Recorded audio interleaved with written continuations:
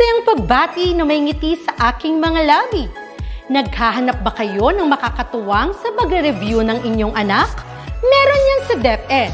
Ang ETUlay online tutorial ay libre at handog ng ating kagawaran sa pangunguna ng OUA ICTS EdTech. Ito ay isang proyektong makatutulong sa mga mag-aaral, katuwang ang mga magulang o kasama sa kani-kanilang tahanan para masagutan at maunawaan ang mga modules. Hangad din ng programang ETUlay ang matulungan ang ating mga guro sa kanilang mga blended learning classes.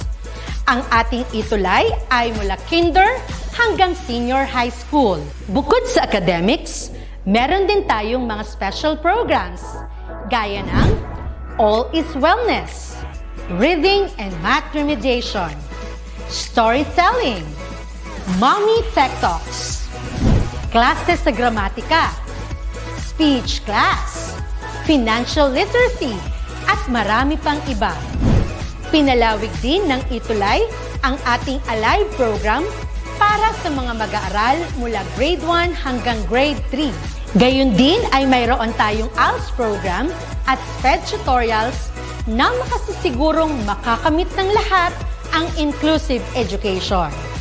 May SPED hotline na rin para sa inyong mga katanungan patungkol sa special education. Kaya, subaybayan mula Lunes hanggang Biyernes, mula 9:00 ng umaga hanggang 7:00 ng gabi ang ating ETUlay. Sa ating pagtutulungan, maiaangat natin ang bawat isa. Ating itutulay ang pagkatuto upang di mapigil ang pag-aaral ng kabataang Pilipino. Itulay natin ito, sulong edukalidad.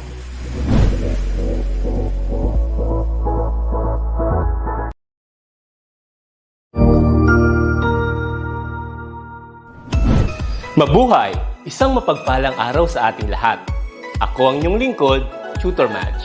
Welcome sa ating ETUlay, ang ating libreng online tutorial na hatid ng ating kagawaran ng edukasyon, ICTS EdTech. Ang programang ito ay inaasahang makatutulong at maging karagdagang kaalaman sa mga mag-aaral mula kinder hanggang senior high school, ALS, Alive, at SPED learners. Bukod sa pagsagot ng mga modules, ang ETUlay ay may mga special programs din na siguradong aabangan ninyo araw-araw. Katuwang ang ating mga minamahal na mga magulang at guro ay maitutulay natin ang pagkatuto. Kaya, ihanda na ang inyong module, lapis, papel o kwaderno. Ihanda rin ang isip, mata at tenga sa isa na namang makabuluhang aralin. Tayo nang matuto kasama ang inyong volunteer online tutor sa oras na ito.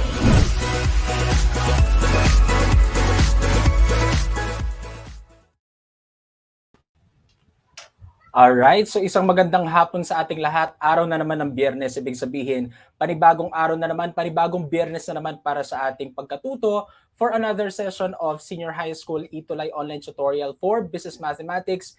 And today is Week 1, Quarter 2, November 19, 2021. So napakabilis ng panahon.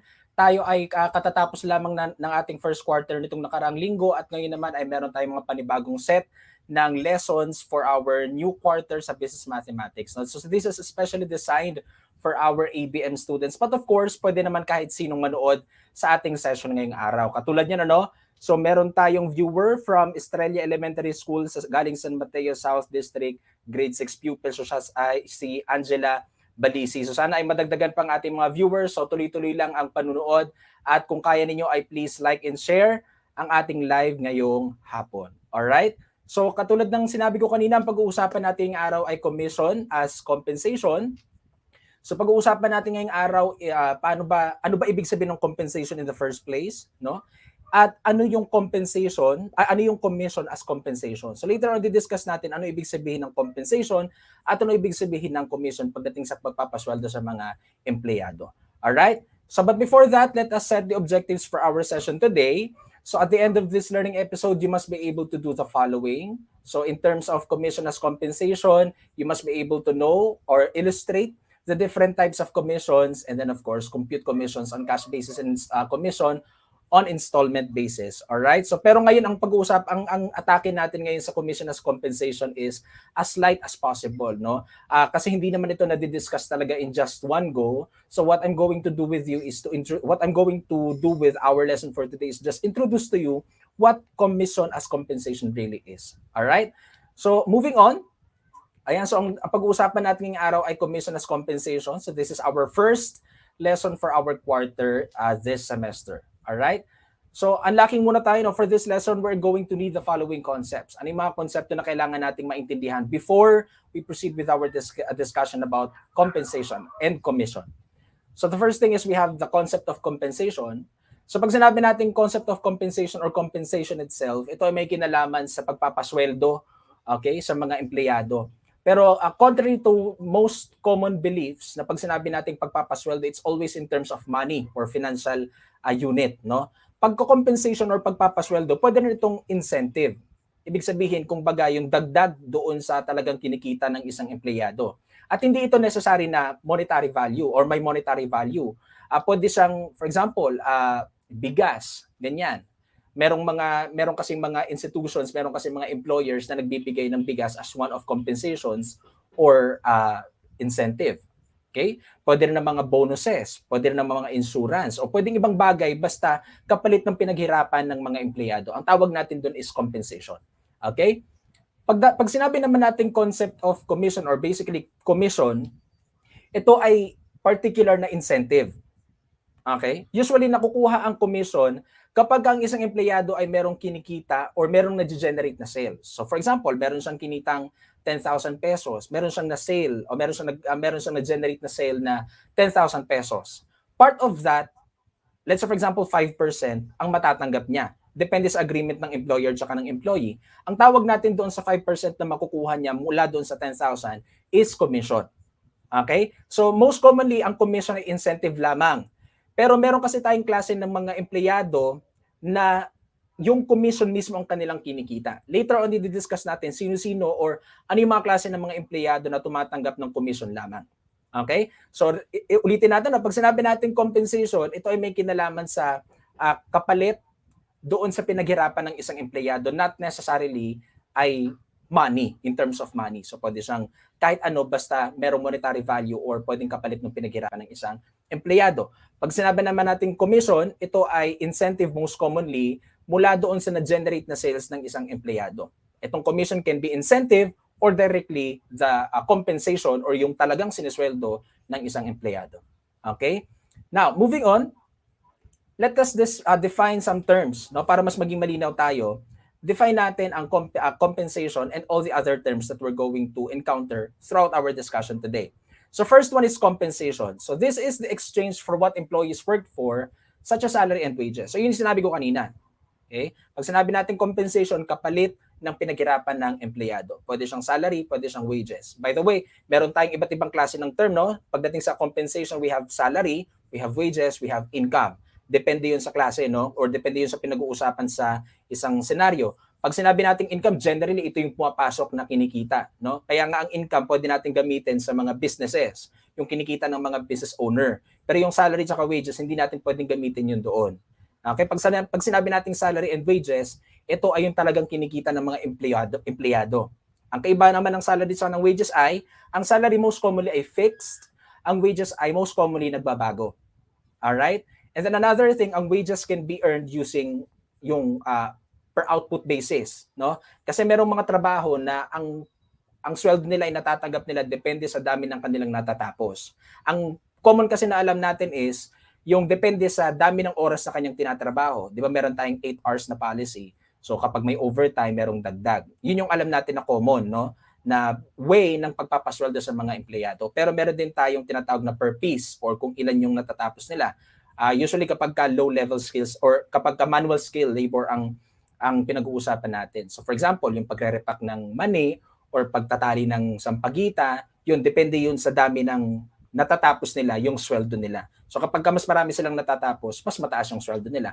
Whereas kapag per oras naman ang pinag-uusapan, mas mahabang oras na nagtatrabaho sila, mag-overtime sila, mas malaki yung kanilang kikitain. That's compensation.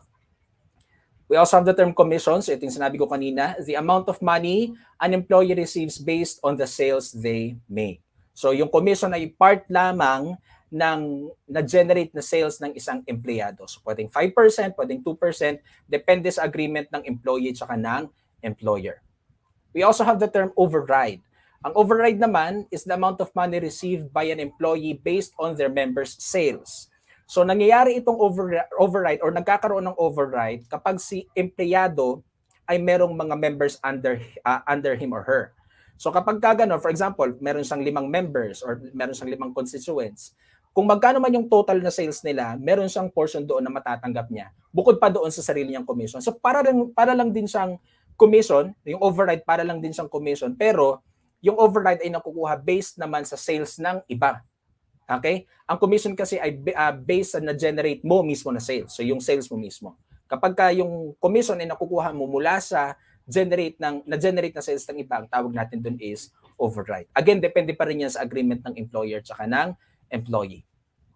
And lastly, we have the term plus regular pay. So ito namang regular pay is as in overview na ito, no, kumbaga parang preview na ito, no, ng kung ano yung mga klase ng commission na meron tayo. So meron tayong plus regular pay. Ito naman is mode of compensation wherein an employee receives commission and or override aside from their regular pay. Kasi meron tayong iba't ibang klase ng meron tayong iba't ibang klase ng commission or ng compensation.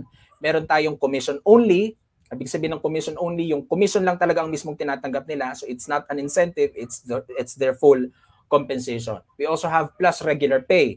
Pag sinabi naman natin plus regular pay, bukod dun sa commission, meron pa silang basic pay. So yung basic pay nila pwedeng monthly, pwedeng weekly, depende sa agreement. Alright? Okay. So commission earners. So ito yung sasabi ko kanina na merong mga kumikita ng incentive, ng commission as incentive, merong kumikita ng commission as additional to the regular pay. So ito yung tinatawag natin na commission earners. And generally, we have 3 types of commission earners. So we have salesmen, agents and brokers, and managers. Pag salesmen, these are employees of a firm that may be earning commissions aside from regular pay. Salesmen ang tawag natin doon. So bukod doon, itong mga salesmen na ito, kumikita sila ng regular pay bukod sa commission nila. Kaya kapag for example, pumunta kayo sa mall, bibili kayo ng for example ng cellphone, merong mga lalapit sa iyo, no? Merong magte-tend sa iyo kung anong gusto mo. And then kapag na-complete yung transaction, meron silang portion doon sa list price nung product na bibilin mo. For example, yung product na bibilin mo is 15,000. Tapos na-complete yung transaction. Tapos meron silang makukuha doon, for example, 300 pesos or 500 pesos. Yun ang yung 500 or 300 pesos, kapag salesman sila, meron pa silang matatanggap na regular pay. Okay, yun ang tinatawag nating salesman. Tumatanggap sila ng regular pay aside from their commission. Okay? Pag agents and brokers naman, these are usually self-employed individuals earning commissions only.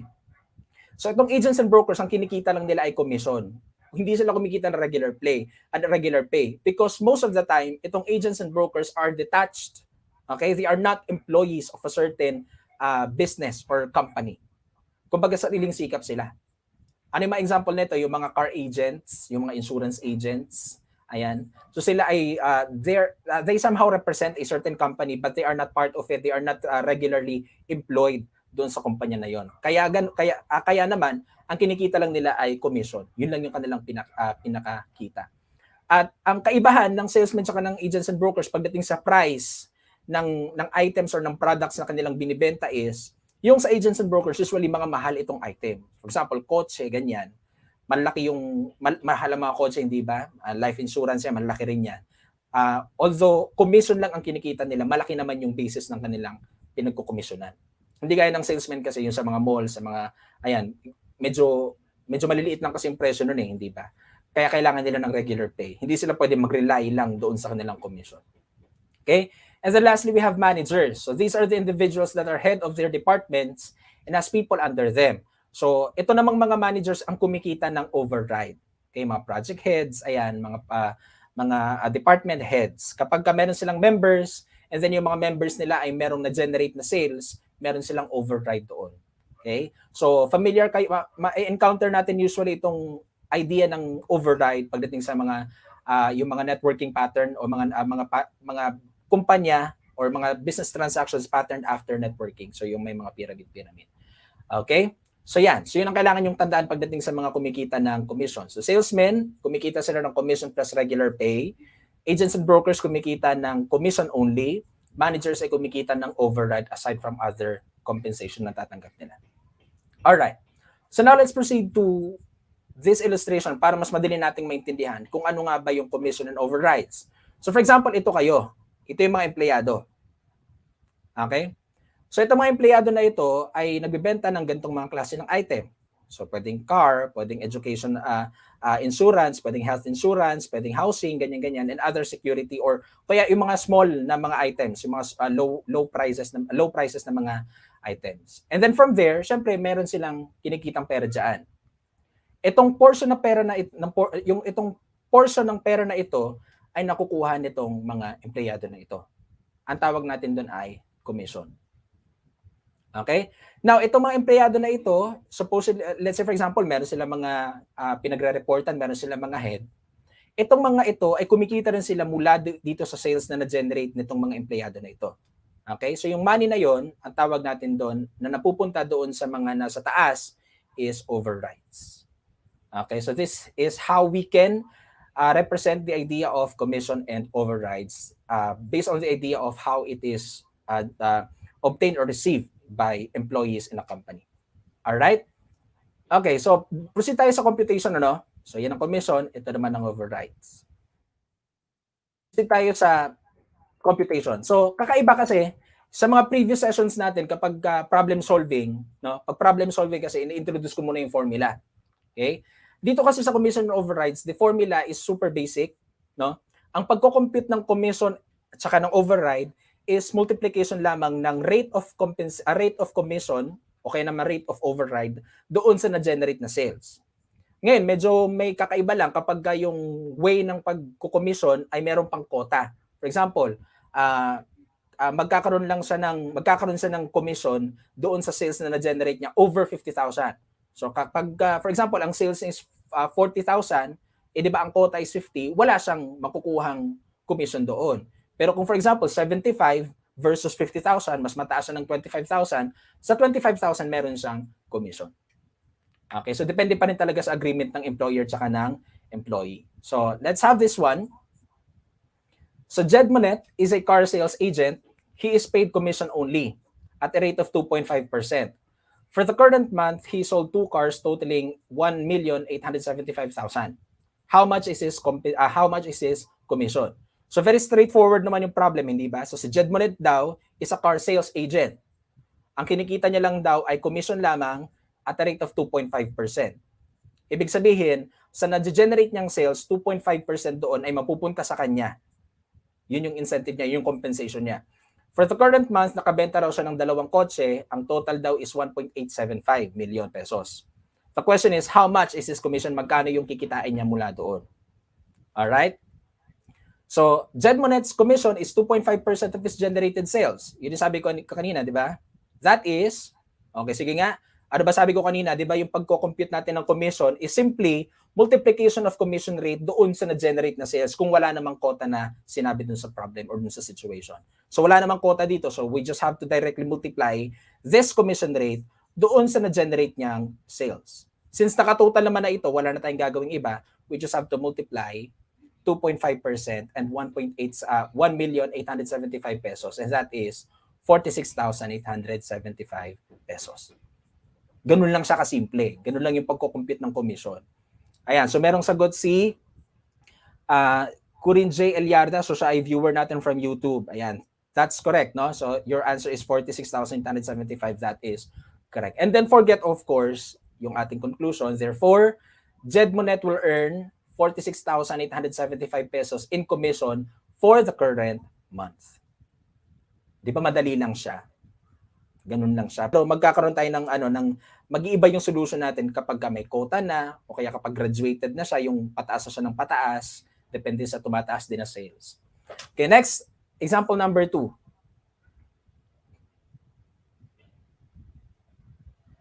By the way, ito meron pala tong merong continuation nito, no? So alam natin na kumikita si Jed Monet ng 46,000 kumita si Jed ng 46,875 pesos in commission. But what if, for example, he earns a basic monthly pay of 23,000? Paano kung kumikita siya ng monthly na 23,000? Magkano yung kanyang gross earnings? Kasi yung gross earnings na itatanong natin. Pag sinabi natin gross earnings, kung magkano talaga yung kanyang kikitain. Okay? Kapag ganitong problem, kapag may ganito ng pinapahanap na gross earnings, ang kailangan nyo lang i-make sure, kay tandaan nito, no? Ang kailangan nyo lang i-make sure is, yung compensation period must be the same. Kung kailan niya kinita yung commission, dapat ganun din dun sa kanyang basic pay. For example, dito, itong 46,875 pesos, kinita niya ba ito kailan? For the month. For the month. So dapat yung basic pay na i-add natin dito supposedly should also be in terms of months. Sinabi naman dito, he earns a basic monthly pay of 23,000 pesos monthly. So we just have to add. Okay? Ayan. So add lang natin yan, 46,875 plus 23,000, that is 69,875 pesos. So ito yung kanyang gross earnings kung kumikita siya ng basic monthly pay. Therefore, he will earn 69,875 pesos in a month.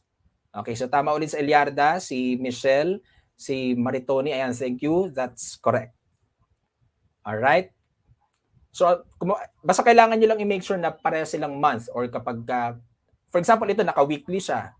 Kung ito ay naka-weekly, kailangan natin siyang i-convert into monthly, which is times 4 para siya maging month, para parehas na sila dito. Okay? And next example, number 2. Eugene Tito is a sales representative earning a basic salary of 21,000 pesos a month, plus 3% commission on his sales exceeding 15,000 pesos. Assume that he made a total sales of 36,000 pesos, determine his commission and gross earnings. Sulitin natin, Eugene Tito is a sales representative, kumikita raw siya ng basic salary. So meron siyang basic salary, okay, na 21,000 pesos per month. Bukod doon, kumikita rin siya ng 3% na komisyon. Okay? Pero ito, yung 3% na commission, magkakaroon lang daw siya ng 3% na commission kung yung kanyang sales na na-generate is over 15,000 pesos. At kung magkano yung lalagpas sa 15,000 pesos, yun lang yung merong commission. If, for example, 10K lang yung kanyang na-generate na sales, wala siya doong commission. 10K lang usapan 15K eh. If, for example, 25,000, okay? 25,000 yung kanyang na-generate na sales. Obviously, lagpas yun ng 15,000, hindi ba? So, yung 25,000, yung lalagpas doon sa 15,000, yun lang yung merong komisyon. So, doon sa sinasabi ko, 10,000. Doon sa 10,000, merong 3% na komisyon. Okay? So, balikan natin dito. Assume that he made a total sales of 36,000. So, ang na-generate niya raw na sales is 36,000. Ang pinapahanap sa atin ay ang commission niya at ang kanyang gross earnings. So, dalawa. Commission at gross earnings. Yung commission is simply multiplication lang naman, di ba? Yung gross earnings, pag-a-add lang naman natin yung commission niya tsaka yung basic pay niya. Unahin natin syempre yung madali. Sige nga, unahan niyo ako. Okay, commission muna. What do you think the commission is? Sige, maghihintay ako dyan sa comment section habang dinidiscuss ko kung paano nakukuha yung commission dito. Ayan, so merong sagot si Ren. Sabi niya, 21,630. Let's see. Pero I think, ano yung 21,630? Is that the commission or the gross earnings? Please clarify. Okay? So, Eugene will have a commission on sales exceeding 15,000 pesos. So, ang sabi dito, kikita lang daw siya ng commission doon sa lalagpas sa 15,000. So, the first step is, we have to get first kung magkano yung lumagpas doon sa 15,000 mula doon sa na-generate niyang sales. Magkano ba yung sales niya? Ang sabi, 36 kyaw. So, 36,000 minus 15,000 is 21,000 pesos. Ngayon, dito lang tayo, okay? Dito lang tayo magko-compute ng 3% na commission. Hindi doon sa buong 36,000. Baka kasi isipin nyo, so lumagpas ng 15,000. Diba 36 lagpas ng 15,000. So, yung buong 36,000 ay may 3% siya doon. Wrong. Ang sabi dito, yung lalagpas lang daw ng 15,000. So, that means 21,000 lang yung may commission. Alright? So, let's continue. His commission is 3%.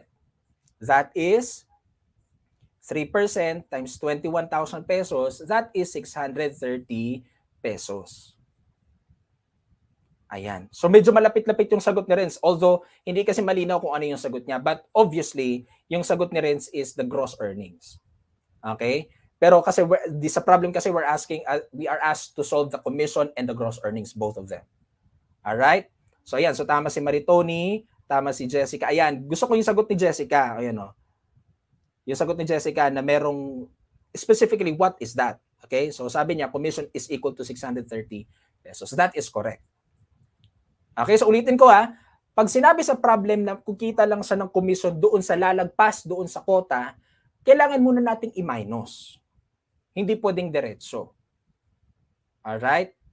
Okay, so nakuha na natin itong commission. The next thing is, magkano naman yung gross earnings niya, magkano yung total na kikitain niya. So anong gagawin natin? We just have to add.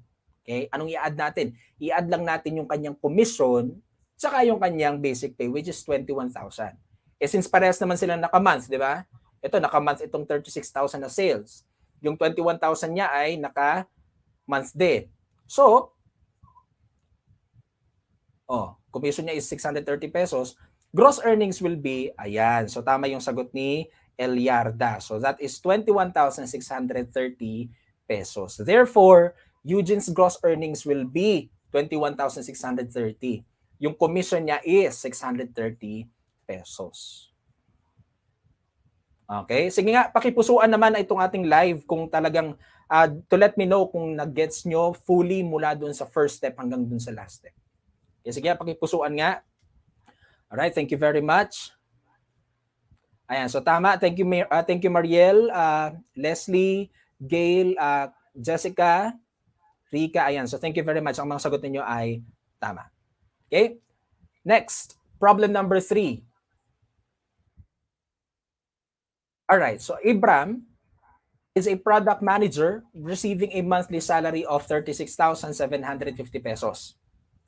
He also earns a commission at a rate of 4% whenever sale exceeds, ito na naman tayo, 30,000 pesos. Aside from this, he earns an override of 2% based on his members' sales. This month, he recorded a total sales of 75,000 pesos and 350,000 pesos from his members. Compute for his override and gross earnings. Medyo maraming detalye. So, himay-himayin natin. So, ulitin natin. So, si Abram daw is a product manager na kumikita ng regular pay monthly na 36,750. Ito yung kanyang monthly pay, bukod sa commission niya. Ngayon, kumikita daw siya ng commission at a rate of 4%. So, 4% yung kanyang commission rate kapag or doon sa sales na lalagpas ng 30,000 pesos. So, yung mga lalagpas lang ng 30,000 pesos, yung merong commission siya. Okay? Bukod daw doon, meron din siyang override na 2% doon sa member sales. Of course, override naman ito eh. Pag sinabi natin override, automatic ito ay nakukompute based doon sa na-generate na sales ng kanyang mga members. Ngayong buwan daw, yung sales na na-record ni Abram is 75K. Sales niya to. So, ibig sabihin, dito tayo magbe-base ng commission. Itong 350,000 naman ang kinita ng kanyang mga members. So, dito tayo magbe-base ng computation for override. Now, ang pinapakompute sa atin, compute for his override and gross earnings. Dagdag na rin natin syempre yung kanyang commission. Diba? Sige, try nyo kung unahan kung kaya ninyo. Joke lang. Pero madali lang naman siya, diba? Kung alam niyo yung sagot, please let me know para ma-check natin mamaya kung tama yung sagot ko. Okay? So, pero recall muna natin, ito, yung commission sa override. So, this is the commission and override. Ito yung commission, ito yung override. Ayan. Mula dito yan. Okay, moving on. So, merong sagot si Eliarda. Sabi niya, ang override daw is 7,000. I-check natin, okay? So, unahin nating i-compute yung override. Kasi yung madali eh. Di ba? Doon tayo syempre sa pinakamadali. So, his override is 2% of his members' generated sales. Magkano ba yung na-generate na sales ng kanyang mga empleyado? Magkano? Okay. 350,000. So, we just have to multiply this 2% doon sa 350K. And that is, ayan, so 2% times 350,000 is equal to 7,000. So tama si Eliarda. That is correct. So ang kanyang override is 7,000 pesos. So okay na, nakuha na natin yung override. Di ba? Nakuha na natin yung override. Next naman, i-compute natin yung kanyang komisyon. Ayan, so tama rin si Gail. Next, commission. Sige, magkano yung commission niya? May quota tayo ha, may quota. Sige nga. Oh, his commission is based on sales exceeding 30,000 pesos. That is, 30,000. Magkano ba yung lalagpas doon sa 30,000? Magkano ba yung sales niya? 75. So minus muna natin yung 30K doon. So 45,000. So dito sa 45,000 tayo magko-compute ng kanyang commission. Okay? His commission is 4% of 45,000 pesos. Again, saan nakuha itong 45,000? Mula doon sa 75K minus 30K. O, magkano commission niya? O, 4% times 45,000 lang naman. 4% times 45,000, that is? Okay, that is correct. 4 times 45,000 is 1,800 pesos. O, ba't parang wala akong ayan, so may nakita akong tamang sagot, si Maritoni. Ayan, nagduda tuloy ako sa solution ko. Okay, so tama si Maruhom, tama si Amana doon sa part na diyan magbe-base ng asan yung una niyang sagot? May sagot siyang 45K, ayan. Doon magbe-base ng commission, pero yung talagang commission, that is 1,800 pesos. Okay? Ayan, therefore, Abram's commission is 1,800 pesos. Commission pa lang yun, okay? Tapos na ba tayo? Hindi pa. Ang pinapakompute ay override, commission, saka gross earnings. So, gross earnings pa. Sige, magkano kanyang gross earnings? Magkano gross earnings? His gross earnings will be the total of all earnings. That is, magkano gross earnings? Okay, that is correct. So we just have to add them all. That is 7,000 plus 1,800 plus 36,750. Ito yung kanyang basic pay. And that is 45,550 pesos. May nakakuha ba ng tamang sagot para sa gross earnings? Hintayin nga natin. Ayan, so tama si Renz. Okay, that is correct. Gross earnings is 45,550 pesos. Abraham's gross earnings, Abraham pala, bakit Abraham yung nakalagay dito? Abraham's gross earnings is 45,550 pesos. Okay, ganun lang siya kasimple. So ano rin, ang basic na formula natin is multiply lang natin yung override rate or yung commission rate doon sa sales ng kanyang member o kaya nung kanya mismo. Mag-iiba lang tayo kapag meron tayong quota. Kapag meron tayong quota, the first thing that we need to do is to get the excess mula dun sa quota. So if the quota is 15,000, tapos ang sales is 36,000, ibawas muna yung 15K mula dun sa 36 saka mag-compute ng commission. Kapag yung na-generate na sales ay mas mababa kaysa dun sa quota, you don't have to compute for the commission or override kasi wala siyang commission or override. Okay, ganun lang siya. And then pagka gross earnings naman, we just have to add yung commission, yung override, saka yung kanyang basic pay, kung ano man yung meron siya doon. Okay, sige nga, pakipusuan nga itong itong slide natin kung na-gets ba ninyo yung ating first step for yung solution natin for item number 3. Okay, so that's it. So yan, so ano ba yung kailangan nating tandaan? Take note of the following when solving problems involving business application of okay. Yan, so the first thing is commission is earned based on one's own generated sales. Ito yung sinabi ko kanina. Ang commission ay kinikita based sa sarili mong na-generate na sales. Yung override naman ay based on someone's generated sales. Okay? Commission can be computed after a quota. Yun yung sa problem number 2 and number 3. And of course, commission and override are only portions of generated sales. Ayan. Kapag portion lang naman talaga siya, hindi ba? 5%, 2%, 3%. Kasi kapag yung buong sales ay napunta sa'yo, hindi na commission override yun. Ang tawag na natin dun is income. Di ba? Kung for example, nagbebenta ka ng kotse, Tapos ang na-generate mo doon is 150, for example, 450,000. Tapos yung 450,000, buo yun, napunta sa'yo. Hindi na commission override ang tawag doon, income na yun. Okay, kasi ang commission and override ay based lamang doon sa portions ng na-generate na sales. Alright? Sige, let's have some practice.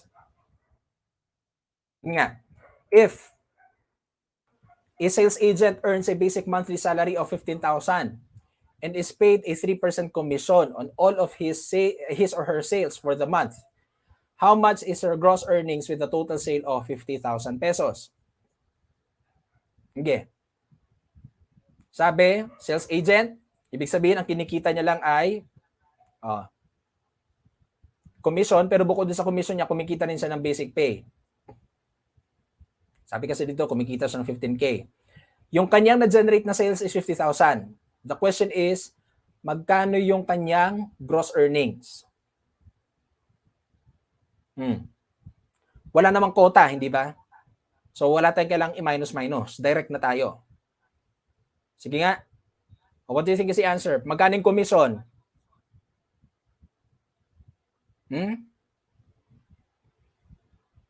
Commission is 3% times 50,000. Hindi ba? Magkano yun? Magkano yun? Okay, so commission is 3% times 50,000. That is 1,500 pesos. Pero ang tinatanong kasi is gross earnings. So tama si Renz. Tama si Renz. So the gross earnings is 16,500. We just have to add, no? Tama si Eliarda for the commission, that is correct. Tama si Arcilia for the gross earnings, which is 16,500 pesos. Okay. Ayan, kapag ganito class, hindi niyo na kailangan ng therefore. Kasi straightforward man yung solution ninyo eh. Gross earnings is. Tapos yung sa solution ninyo, merong mga peso sign. Kapag nag-solve kayo tapos pinagtatanggal yung mga unit of measurement, kailangan niyo ng conclusion. But in this case, all throughout the solution ay meron tayong sentence form and then meron tayong mga unit of measurements doon. Pwede na yon, as is na yon. Okay? So for this one, gross earnings is 16,500 pesos. Okay? Tama si Gail, tama si Renz, tama si Kenneth, si Harvey, si Mariah, si Mariel, si Rika, si Shariel. Okay. Next, problem number 2. Carmen Yambao is a product manager for High Ace Realty. She earns through commission of 2%. For the current month, her sales was 1,035,000 pesos. How much does she earn? Mula doon sa commission na yon. She earns an override also at the same rate. Suppose his members garnered a total sales of 2 million pesos. Compute for her total incentives. So si Carmen daw, kumikita daw siya ng commission tsaka ng override the same rate. So kung yung commission ay 2%, edi yung override ay 2% din.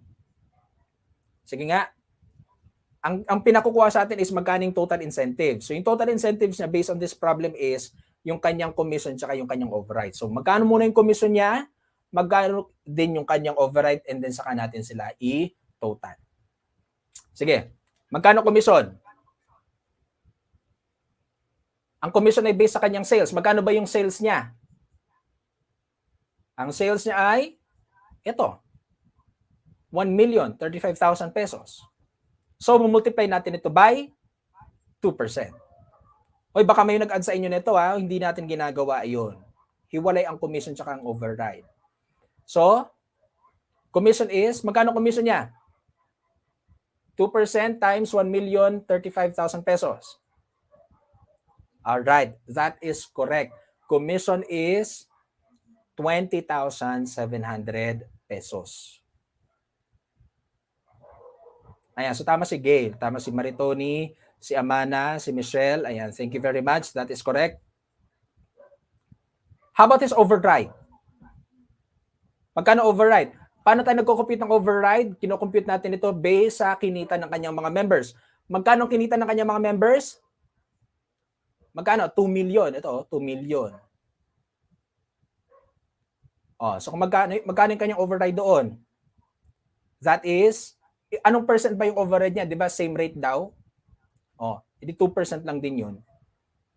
So 2% times, ayan, so merong sagot si Michelle, that is correct. For our override naman, that is 40,000 pesos. Ganun lang siya. Total incentives natin, syempre, i-add lang naman natin, di ba? Commission plus override, and that is 60,700. So may nakita akong tamang sagot dito. Si Michelle, sino ba? Ayan, si Renz. Okay, that is correct. Ganun lang siya.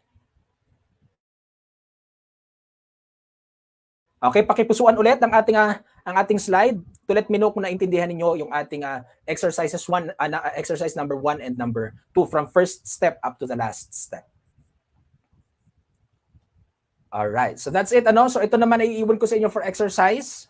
Ayan, please take a screenshot of our slide. Ito yung inyong for your practice. Okay, be careful kasi for example dito sa number 3, ayan merong 3. Ano kayang gagawin diyan? Ayan, ano kayong gagawin diyan? Syempre babasahin niyo muna ng maigi bago kayo gumawa ng first step. Okay? So please take a screenshot of this after 3 seconds. 1, 2, 3.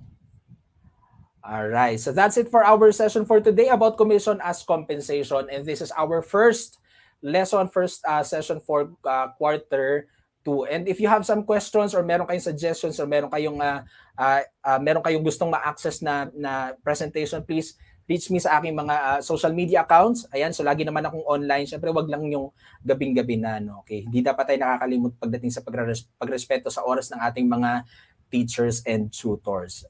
Okay?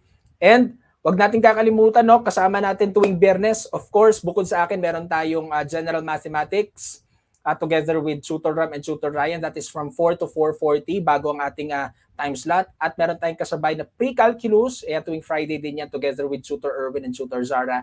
Ito naman ay 4:40 to 5:20 p.m. And after this session, we have bagong special program. We have Travel Learn with Tutor Jester and Tutor Avhil. That is from Friday. That is every Friday from 5:20 p.m. onward. So right after this session ay meron tayong Travel Learn session with Tutor Jester and Tutor Avhil. Okay, before we end, I would just like to leave you this quotation from Aliyah Bat. So sabi niya, enjoy the journey and try to get better every day, and don't lose the passion and the love for what you do. Especially na tayo ay nagsisimula ulit sa ating panibagong quarter. At syempre, bukod sa quarter 2, meron pa tayong mga susunod na quarters. Hindi dito matatapos hanggat hindi natin na-achieve ang ating gustong ma-achieve na accomplishment. So in every steps that we do or every steps that we take, don't lose passion and love for what you do. And love whatever it is that you want to do or accomplish. Okay? So, magkita-kita tayo muli sa susunod na Biyernes mula 4:40 hanggang 5:20. Muli ako si Tutor Eljun, ang inyong Senior High School Business Mathematics Tutor. Muli, magandang hapon sa ating lahat at paalam. Salamat!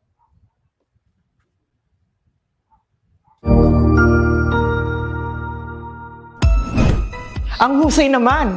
Natapos mo ang iyong tutorial session kasama ang iyong mahusay na ETUlay tutor. May bago ka bang natutuhan? I-share na yan gamit ang hashtag #ETUlayLevelUp. Huwag aalis dahil may susunod pang programa na pwede mo ring panoorin at salihan dahil naghihintay na ang iyong mga tutors.